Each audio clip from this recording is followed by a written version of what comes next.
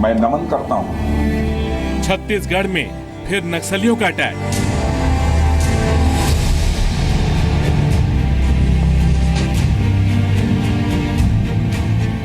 भेजी से 1 किलोमीटर के दूरी पर लगभग एक पुलिस पार्टी को एम्बुश किया गया, जिसमें सीआरपीएफ की वो पार्टी थी। कितना खून बहाएंगे नक्सली, कितनी कुर्बानी देंगे जवान।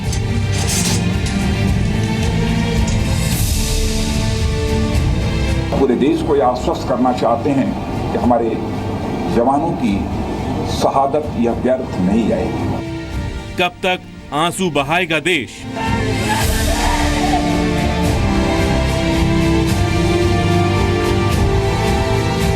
माओवादियों ने जो कुछ भी किया है वो हताशा में किया है, बौखलाहट में किया है।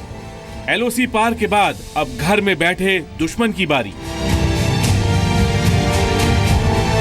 जिस प्रकार की उनकी गतिविधियां चल रही हैं उस पर हम पूरी तरह से काबू पाने में कामयाब होंगे। नक्सलियों पर कब होगी सर्जिकल स्ट्राइक?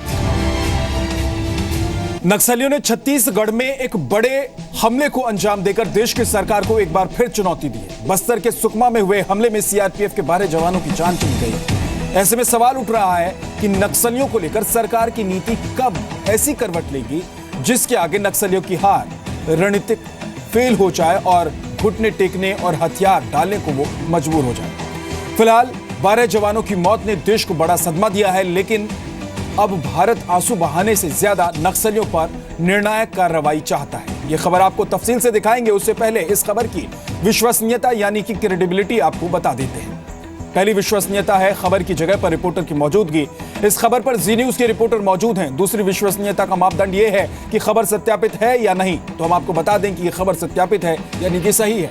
तीसरा पैमाना है गवाह या एक्सपर्ट की राय, तो इस खबर में गवाह और एक्सपर्ट का बयान है। और चौथा पैमाना है खबर की तकनीकी विश्वसनीयता का। इस खबर में दिखाए गए वीडियो पर भरोसा किया जा सकता है क्योंकि ये वीडियो जी मीडिया ने शूट किया है, इसलिए आप इस पर यकीन कर सकते हैं और रिपोर्ट पूरी विश्वास के साथ देख सकते हैं।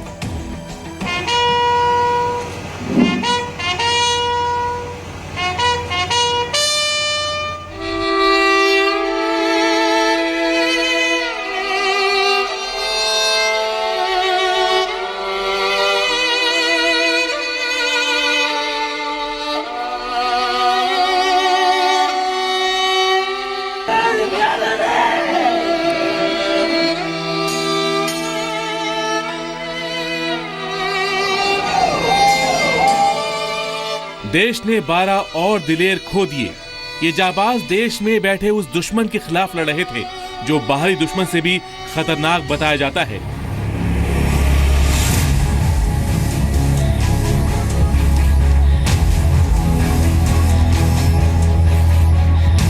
छत्तीसगढ़ में राजधानी रायपुर से करीब 400 किलोमीटर दूर बस्तर के भेजी में नक्सलियों ने शनिवार को सुबह 9:15 बजे सीआरपीएफ के जवानों पर बड़े हमले को अंजाम दिया।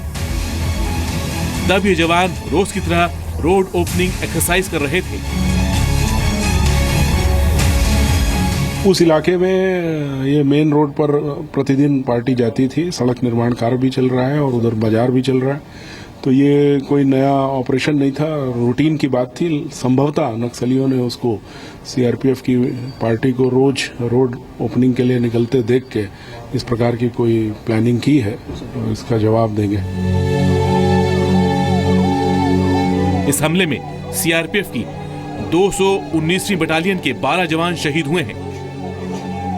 घटना पर प्रधानमंत्री नरेंद्र मोदी ने अफसोस जाहिर किया और गृह मंत्री राजनाथ सिंह को फौरन रायपुर रवाना होने के लिए कहा। रोड कंस्ट्रक्शन का काम चल रहा था और रोड वह लगभग पूरी होने वाली थी, उसी के पेट्रोलिंग के लिए वह गए थे। उस समय घात लगाकर इन माओवादियों ने उनके ऊपर कायराना हमला किया है। देश के हर कोने से एक लाल इस हमले में कुर्बान हो गया। इनमें एक इंस्पेक्टर, 2 सब इंस्पेक्टर भी शामिल हैं। इनमें पंजाब के गुरदासपुर से इंस्पेक्टर जगजीत सिंह, बिहार के दरभंगा से सब इंस्पेक्टर नरेंद्र कुमार सिंह, उत्तराखंड के नैनीताल से sub inspector HV Bhatt, Maharashtra के भंडारा से मंगेश पांडे, महाराष्ट्र के वर्धा से वीआर मेले, महाराष्ट्र के ही चंद्रपुर से नंद कुमार अतराम, उत्तर प्रदेश के कन्नौज से रामपाल सिंह यादव, यूपी के ही चंदौली से गोरखनाथ, यूपी के ही प्रतापगढ़ से सतीश चंद्र वर्मा, तमिलनाडु के विल्लुपुरम से के शंकर, हिमाचल प्रदेश से सुरेश कुमार कांगड़ा, राजस्थान के वैष्णवी के जगदीश प्रसाद। सुकमा में इनकाउंटर हुआ था जिसमें 11 जवान शहीद हो गए थे, 3 जवान घायल हो गए थे। घायल जवानों को इलाज के लिए रायपुर लाया जा रहा था, जिसमें एक जवान की मौत हो गई। 2 जवान का उपचार नारायणा हॉस्पिटल रायपुर में चल रहा है। इस हमले में घायल 2 जवानों को हेलीकॉप्टर से रायपुर लाया गया। उनका इलाज रायपुर में ही चल रहा है। गृह मंत्री राजनाथ सिंह घायल जवानों से मिलने अस्पताल भी पहुंचे।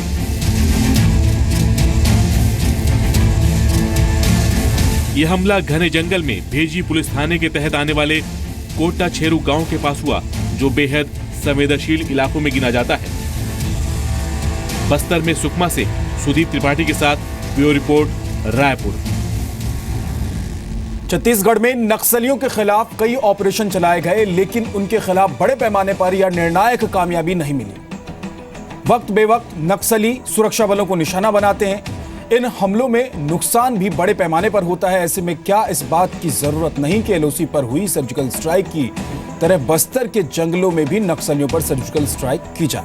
ये फैसला लेना आसान नहीं, लेकिन नक्सलियों के आतंक से हो रहे नुकसान को भी नजरअंदाज नहीं किया जा सकता।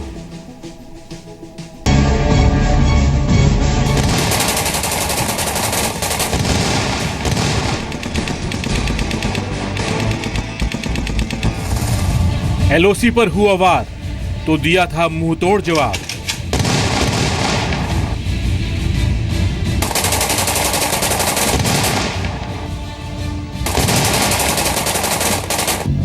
क्या नक्सलियों पर भी होगा आर या पार? आतंकियों के बाद अब नक्सलियों की बारी। क्या देश के अंदर होगी सर्जिकल स्ट्राइक? सुकमा में हुए नक्सली हमले में 12 जवानों की मौत के बाद अब केंद्रीय गृह मंत्री राजनाथ सिंह से इस बारे में सवाल पूछा गया तो उनका ये जवाब था, माओवादियों पर भी सर्जिकल स्ट्राइक करेंगे। बस इतना ही आप मानिए कि शहादत को व्यर्थ नहीं जाने। सरकार से मांग करते हैं कि सरकार नक्सलवाद के नाम पर की जा रही जुमलेबाजी को बंद करे और तत्काल ऐसे प्रभावी कदम उठाए जिससे नक्सलियों को वहां पर कुचला जा सके, उनके मनोबल को तोड़ा जा सके। नक्सली कभी आमने सामने की लड़ाई नहीं लड़ते, वो छुपकर हमला करते हैं। सुकमा में हुआ यह हमला भी ऐसे ही घात लगाकर किया गया था। जब सुबह 9:15 बजे रोज की तरह सीआरपीएफ के जवान पेट्रोलिंग पर निकले थे, हमले के बाद नक्सली जवानों के हथियार भी लूट कर ले गए। अब उन नक्सलियों के खिलाफ कार्रवाई के लिए कॉम्बिंग ऑपरेशन भी चलाया जा रहा है। सुकमा का भेजी एरिया दक्षिणी बस्तर में आता है। यहां पहले भी कई बार नक्सलियों और सुरक्षा बलों के बीच मुठभेड़ हो चुकी है। सुकमा में हुआ नक्सली हमला बहुत सोची समझी रणनीति के तहत किया गया और इस हमले को इस तरह अंजाम दिया गया कि जवानों को जवाबी कार्रवाई का मौका भी नहीं मिला। सरकार के मुताबिक नक्सलियों के हौसले पस्त हो चुके हैं, इसलिए वो ऐसे हमले को अंजाम दे रहे हैं। माओवादियों की गतिविधियों का सवाल है, अब उसमें बड़ी तेजी से गिरावट आई है। इसी कारण उनके अंदर एक हताशा पैदा हुई है। परिणाम स्वरूप बौखलाहट में इस प्रकार का कदम उनके द्वारा उठाया गया है। कुछ दिन पहले नक्सलियों ने इस इलाके में एक पूर्व सरपंच की हत्या कर दी थी।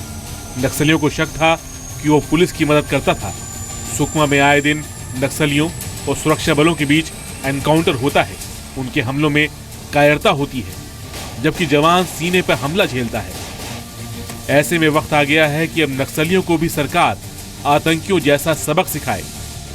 बस्तर में सुकमा से सुदीप त्रिपाठी के साथ ब्यूरो रिपोर्ट, रायपुर।